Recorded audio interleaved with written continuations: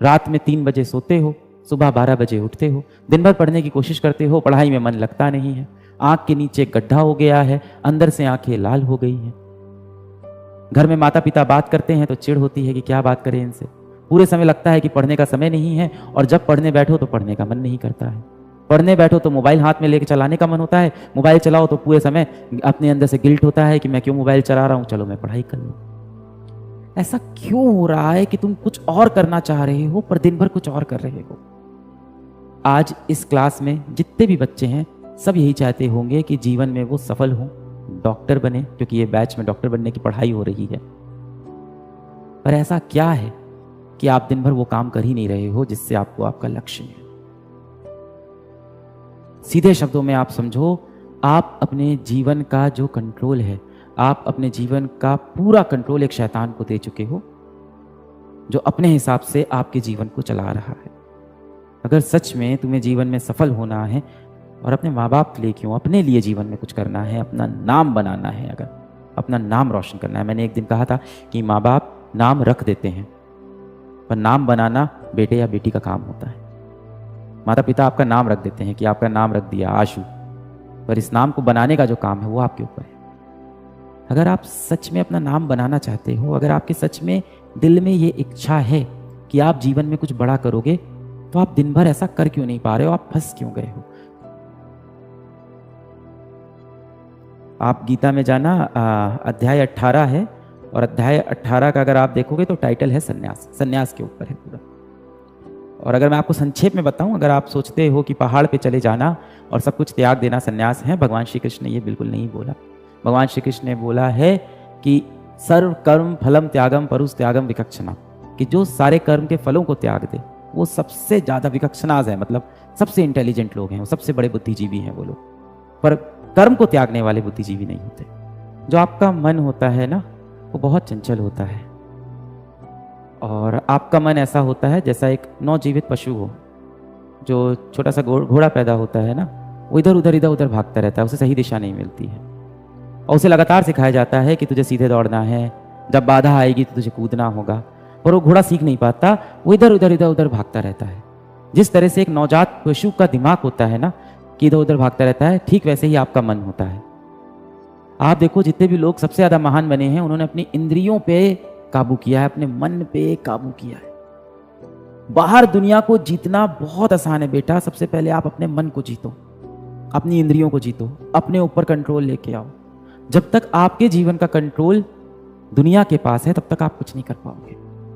सबसे पहले अपनी लाइफ का कंट्रोल लो, take back the control of your life. आपको मैं क्या मोटिवेट करूंगा भाई? आपको मोटिवेट होना है, आप बजरंग बली से मोटिवेट होना, वहां है असली शक्ति। या आप जिस भी धर्म के हो बेटा, मॉडर्न समय में ऐसा हो गया है कि अगर आप 4 दोस्तों की महफिल में बैठे हो और आपने अगर बोल दिया कि मैं भगवान कृष्ण में विश्वास रखता हूं और भगवान ने ऐसा करने को मुझको मना किया है, तो लोग आपकी हंसी उड़ाने लगते हैं। क्यों वो लोग बुरे हैं? नहीं, क्योंकि उनके दिमाग पे कलयुग के शैतान ने कब्जा कर लिया है। वो यही तो चाहता है कि आप भगवान से दूर हो जाओ, अपनी संस्कृति से दूर हो जाओ, आप अपने कर्म से भटक जाओ। कलयुग के अंदर आप देखो जितनी भी बुरी शक्तियां हैं वो अब दिखाई नहीं पड़ती, उन्होंने हमारे मन के ऊपर काबू कर लिया है। अगर आपको पता है कि आपको मोबाइल नहीं यूज करना है, अगर आपको पता है आपको इंस्टाग्राम नहीं चलाना है, अगर आपको पता है कि रात रात में फ़ोन पे किसी से बात करूंगा या व्हाट्सएप पे चैट करूंगा तो मैं सफल नहीं हो पाऊंगा, अगर आपको ये सब पता है और इसके बाद भी आप मजबूर हो, आपके पास अपने जीवन का कंट्रोल नहीं है, तो जाहिर सी बात है कोई तो शैतान है जो दिखाई नहीं पड़ रहा है। कोई साइंस नहीं लगेगी इतनी बात पता लगाने में, कोई साइंस नहीं लगेगी। आप जीवन में सफल होना चाहते हो, इसका जवाब हाँ है या ना है। आप जीवन में सफल होना चाहते हो, इसका जवाब हाँ है या ना है। आप अपने माता पिता को एक अच्छी जिंदगी देना चाहते हो, इसका जवाब हाँ है या ना है। आप एक अच्छा घर खरीदना चाहते हो, इसका जवाब हाँ है या ना है। आप देश में हर किसी की सेवा करना चाहते हो, इसका जवाब हाँ है या ना है। आप एक अच्छे व्यक्ति बनना चाहते हो, इसका जवाब हाँ है या ना है। इन सभी का जवाब हाँ है, पर आप कर नहीं पा रहे क्योंकि परेशानी सच में बड़ी है। परेशानी सच में बड़ी है। एक अदृश्य दानव है, एक अदृश्य शैतान है जिसने हमारे मस्तिष्क पे पूरा कब्जा कर लिया है। वो अदृश्य है, ये कलयुग है। वो जो दानव है, वो जो शैतान है, वो सामने दिखाई नहीं पड़ेगा। और ये शैतान इंसानों द्वारा ही बनाया गया है। आप पुराने समय में देखो, जितने भी राक्षस बनते थे वो भगवान से ही आशीर्वाद लेके बनते थे। बड़े बड़े उनको आशीर्वाद मिल जाते थे, फिर बड़े बड़े राक्षस बन जाते थे। जितने भी बड़े आप राक्षस देखो, उन सभी को किसी न किसी भगवान ने ही आशीर्वाद दिया होता है। आज के समय में जो कलयुग के राक्षस हैं, उसको इंसान ने बनाया है। ऐसे राक्षस हैं जो आपका समय आपसे लेना चाहते हैं। ऐसे राक्षस हैं जो आपकी जिंदगी आपसे लेना चाहते हैं। ऐसे राक्षस हैं जो आपका लक्ष्य, आपका सपना, आपकी सोच, आपका परिवार, आपका भविष्य सब आपसे छीनना चाहता है। वो राक्षस आपके मोबाइल फोन के अंदर है।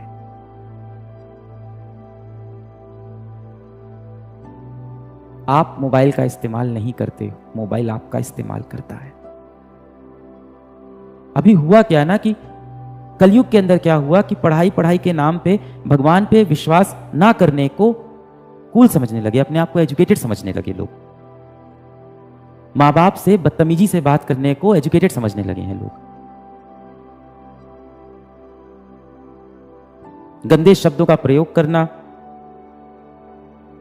गंदे गंदे वीडियो देखना, भगवान पे से भरोसा उठना, इन सब को आप सोचते हो कि आप एजुकेटेड हो गए हो। आप डॉक्टर ही बनने जा रहे हो ना? हाँ, ऑपरेशन थिएटर के अंदर भी एक छोटा सा मंदिर बना होता है बेटा, और डॉक्टर भी क्या बोलता है कि सब भगवान के हाथ में। जैसे ही बुरा समय आता है आप बोलते हो सब भगवान के हाथ में। हर शाम एकदम दिल से अपने एक भगवान से, जो इस भगवान को आप मानते हो, उससे दिलो जान से एकदम कनेक्ट हो जाओ और माफी मांग लो कि आपने जो गलती की है। इतनी शक्ति मिलेगी ना बेटा आपको।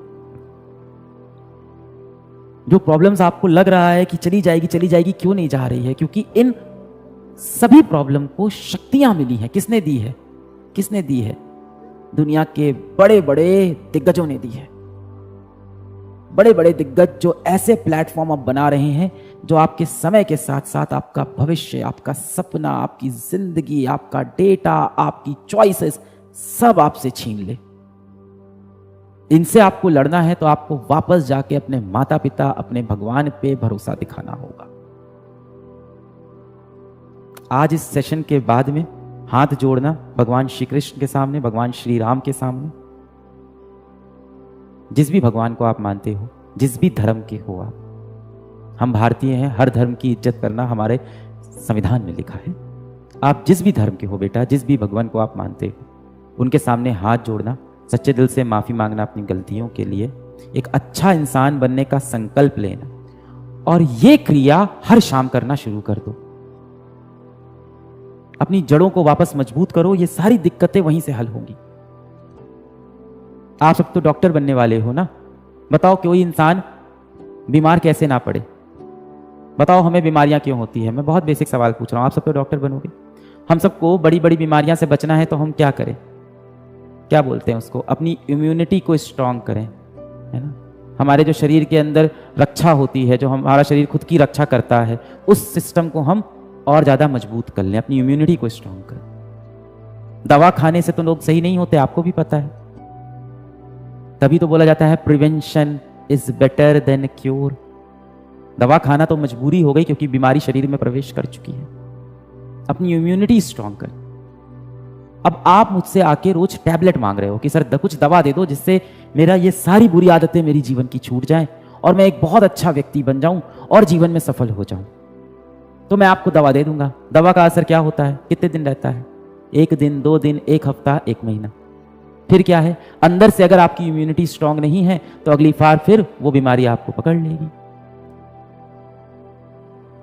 इस टाइम तो इतनी बीमारी फैली हुई है, मानसिक रोग, डिप्रेशन, इतनी बड़ी बीमारी इस समय फैली हुई है। हर तरफ लोग डिप्रेस्ड हैं। मान लो किसी इंसान को बॉडी बनानी है तो 2 तरीका होता है। आपने भी सुना होगा, मैंने भी इंटरनेट पे ही सुना है बॉडी बनाने का। एक तो होता है आप अखाड़े में जाओ, वजन उठाओ, है ना? आप खेत में जाओ, हल चलाओ, ये सब तरीके होते हैं अच्छा मजबूत शरीर बनाने का। या कई लोग जिम जाते हैं, वो भी ठीक है, जिसके पास जो सुविधा है। और दूसरा तरीका होता है दवाएं ले लो, स्टेरॉइड ले लो। आपको पता है ना, दूसरे तरीके से इंसान मजबूत नहीं बनता है। पहला ही तरीका है और वो कठिन होता है। जिन लोगों के आप देखते हो शरीर इतने मजबूत होते हैं, वो एक दिन, एक रात, एक महीने में नहीं बनते, सालों की तपस्या से बनते हैं। अब आप जीवन में जो बनना चाह रहे हो उसके लिए अब आपको तपस्वी बनना पड़ेगा। और ये मैं मानता हूं कि आपका समय मुझसे ज्यादा मुश्किल है। मेरा समय आसान था, हमारे समय में इतने शैतान नहीं थे। जब मैं बच्चा था तब हमारे पर्यावरण में इतने शैतान नहीं थे, इतनी बुरी शक्तियां नहीं थी, हम फिर भी अपने लक्ष्य को साध सकते थे, इतने डिस्ट्रैक्शन नहीं थे। अब बहुत distraction. You are a generation that is cursed with technology, and the only solution to fight with this technology is to get back to your roots. आपको क्या लगता है जो इतने बड़े बड़े टेक जायंट हैं, जिसने इंस्टाग्राम बनाया, जिसने शॉर्ट्स बनाया, जिसने रील्स बनाया, क्या वो खुद दिन भर रील्स स्क्रॉल करते होंगे? कभी नहीं करते होंगे। आपको क्या लगता है जो लोग वेब सीरीज बनाते हैं, ओटीटी प्लेटफॉर्म बनाते हैं, वो कभी उन पे अपनी खुद की मूवीज देखते होंगे? कभी नहीं देखते होंगे। पूरे टाइम ये देखते हैं कि हमने मासूम जनता को पकड़ के अपना कंटेंट दिखाया कि नहीं दिखाया। 18 साल की उम्र के कितने बच्चे हमारा वीडियो देखते हैं, अब उनको हम अगला ऐड कौन सा दिखा दें, और किस तरह से हम मार्केट में एक वेंडर के पास जाएं और उससे बोलें, या एक कंपनी के पास जाएं बोलें कि 18 से 20 वर्ष की आयु के हमारे पास 2 लाख बच्चे हैं जो रोज आके हमारे प्लेटफॉर्म पर मूवीज देखते हैं और लगभग 15 मिनट अपने दिन का यहीं पे व्यतीत करते हैं। क्या आपको उन बच्चों को कुछ बेचना है? अच्छा, एक मोबाइल फोन बेचना है? अच्छा, कुछ किताबें बेचनी है? अच्छा, आपको उनको कुछ खिलौने बेचने हैं? आओ ऐड कर। दुनिया बहुत बड़ी है, और अगर आप प्रॉब्लम को सही में सॉल्व करना चाहते हो तो अब आपको इस दिशा में सोचना पड़ेगा, रूट्स पे वापस आना पड़ेगा।